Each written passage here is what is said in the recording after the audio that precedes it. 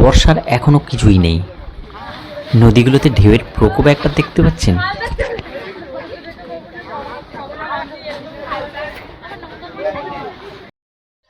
Lord এইটের ফেরিঘাট থেকে দূরে এই যে দেখা যায় ঘোড়ামারা দ্বীপ। কেমন আছে ঘোড়ামারা দ্বীপের মানুষজন? এই যে যন্ত্রাংশগুলো দেখতে পাচ্ছেন, এটি গঙ্গাসাগরের ব্রিজ নির্মাণ হচ্ছে। কতটা হয়েছে গঙ্গাসাগরের ব্রিজের কাজ? এই লর্ড এইটের ফেরিঘাট থেকে আমার আরও একটা নতুন ভিডিওতে আপনাদের প্রত্যেককে স্বাগত জানাচ্ছি। আমি চিন্ময়। আশা করছি আপনারা সবাই খুব ভালো আছেন। দীর্ঘদিন প্রায় এদিকে আসা হয়নি, সময়ের ফাঁক বুঝে আজ চলে এসেছি আমি লর্ড এইটে।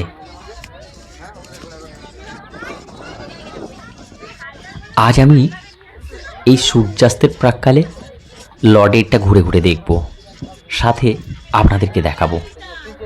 আপনাদের প্রত্যেককে পুরো ভিডিওটা দেখার অনুরোধ রইল।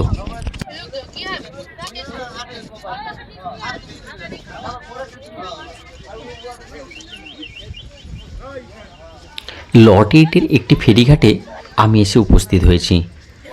এই ফেরিঘাট দিয়ে বর্তমানে লঞ্চ কিংবা ভ্যাসেল চলাফেরা করে না, তাই খোলা আছে সর্বসাধারণের জন্য। চাইলে আপনি ঘুরে দেখতে পারেন। এর আগের বার যখন আমি এসেছিলাম, এই ফেরিঘাটের ভেতরে কাউকে যেতে দেয়নি, তখন বাইরে থেকে বন্ধ ছিল। কেবলমাত্র ফেরি সার্ভিসের লোকজনই টিকিট কেটে এর মধ্যে প্রবেশ করছিলেন। আজ দেখলাম পুরোটা খোলা আছে, তাই আমি আপনাদের ভেতরে নিয়ে গিয়ে পুরোটা দেখাবো। দেখুন, ফেরির পাশেই রাখা আছে মাছ ধরা যান ট্রলার। আপনারা অনেকেই চেনেন, আবার অনেকেই জানেন না।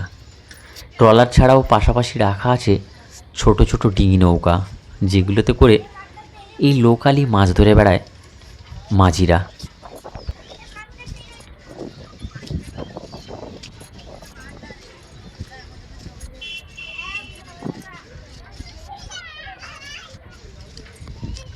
বহুদিন পরে আবারও আমি লর্ড এইটে এসেছি। পড়ন্ত এক বিকেলে এই লর্ড এইটের মনোরম দৃশ্য আমাকে কেন, এখানে যারা আসবে তাদেরকে মুগ্ধ করবে। বহু মানুষ এখানে এসেছেন আমার মতো ঘুরতে। এখানে দেখুন একটি ছোট ডিঙি, যা কাছাকাছি মাছ ধরে ঘাটে ফিরেছে। আর ওই যে দূরে এই যে লঞ্চটি দেখতে পাচ্ছেন, এটি আমার মনে হয় সরকারি লঞ্চ, পাবলিকের জন্য নয়। এই যে ফেরিঘাটে এখানে সরকারি অনেকগুলো লঞ্চ বাঁধা আছে দেখলাম।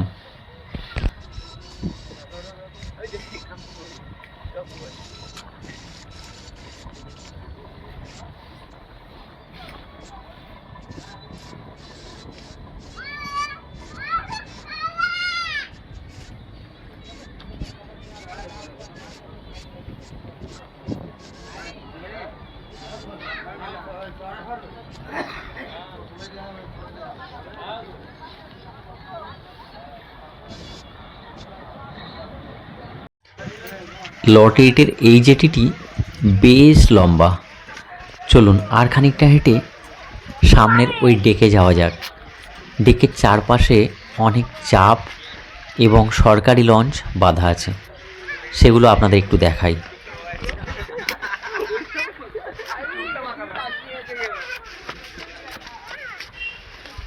দূর থেকে এক লহমায় এই নদীকে দেখলে আপনার শান্তশিষ্ট মনে হতেই পারে, তবে কাছাকাছি গিয়ে একটি ডিঙিকে যেভাবে দুলতে দেখলাম আর কাছ থেকে যে পরিমাণ ঢেউ দেখলাম, তা আপনাকে অবাক করে দিতে পারে।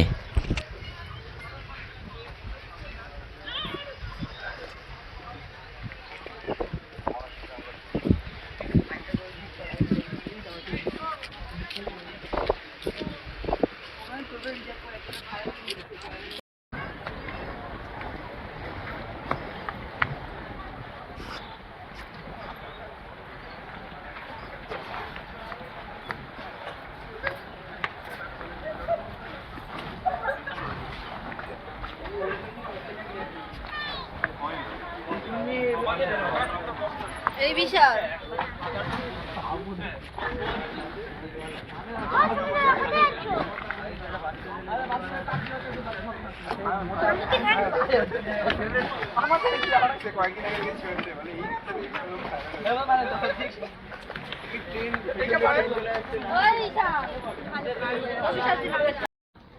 দূর থেকে যখন নদীটা দেখছিলাম তখন বেশ শান্তশিষ্ট মনে হচ্ছিল, কিন্তু যখন আমি নদীর খুব কাছাকাছি এলাম তখন ভাবলাম না, আমার চিন্তাভাবনাটা পুরো ভুল ছিল। এখন নৌকার দোলাটা দেখতে পাচ্ছেন, আর কল্পনা করুন নদীতে ঢেউয়ের পরিমাণটা। সত্যি বলছি, বর্ষার সবে শুরু আর নদীর ঢেউ এখনই এমন, তাহলে পরে কতটা প্রকোপ বাড়তে পারে একবার অনুধাবন করুন।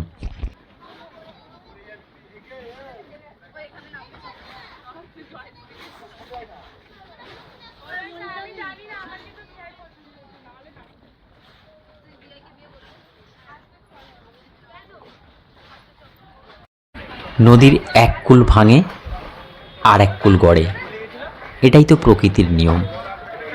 এই যে সবুজ অংশটা দেখতে পাচ্ছেন, এটিও একটি চরে পরিণত হয়েছে। দীর্ঘদিন অন্য কোনো পাড় ভাঙতে ভাঙতে পলি জমে এই চরের সৃষ্টি। দূরে ওই যে দেখতে পাচ্ছেন, এটি হলো ঘোড়ামারা দ্বীপ। এমন চর জাগতে জাগতে এমন একটি দ্বীপের সৃষ্টি হয়েছে।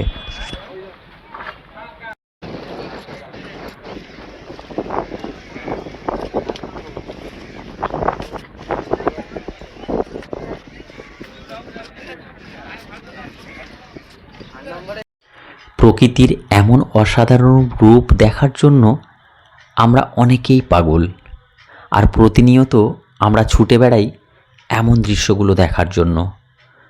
তাই তো রোজ বহু মানুষ এখানে আসেন। সত্যি বলতে এ দৃশ্য ভাষায় বর্ণনা করার মতো ভাষা আমার জানা নেই।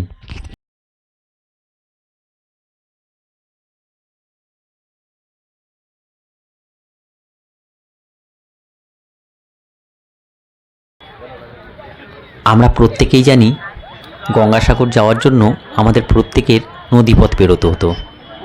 বর্তমানে এখানে একটি ব্রিজ নির্মাণের কাজ চলছে, যেটি লর্ড এইট এবং গঙ্গাসাগরকে সংযোগ স্থাপন করবে। এই ব্রিজ অনন্য একটি ব্রিজ তৈরি হবে, যা বহু মানুষ সোজা গাড়ি নিয়ে গঙ্গাসাগরে প্রবেশ করতে পারবে। দারুণ একটি ব্যাপার। সত্যি কথা বলতে আমার তো বেশ ভালো লাগে এটা শুনে, যে সরাসরি মানুষ গঙ্গাসাগরে গাড়ি নিয়ে প্রবেশ করতে পারবে। চলুন, আজকে ভিডিও এই পর্যন্ত ছিল। আমার এই ভিডিও যদি আপনাদের ভালো লেগে থাকে তাহলে প্রতিবারের মতো এবারেও বলবো, প্লিজ একটি লাইক করে দেবেন। আর দেখা হবে খুব তাড়াতাড়ি নতুন অন্য কোনো ভিডিওতে। ততক্ষণ আপনারা সবাই খুব ভালো থাকবেন। ধন্যবাদ।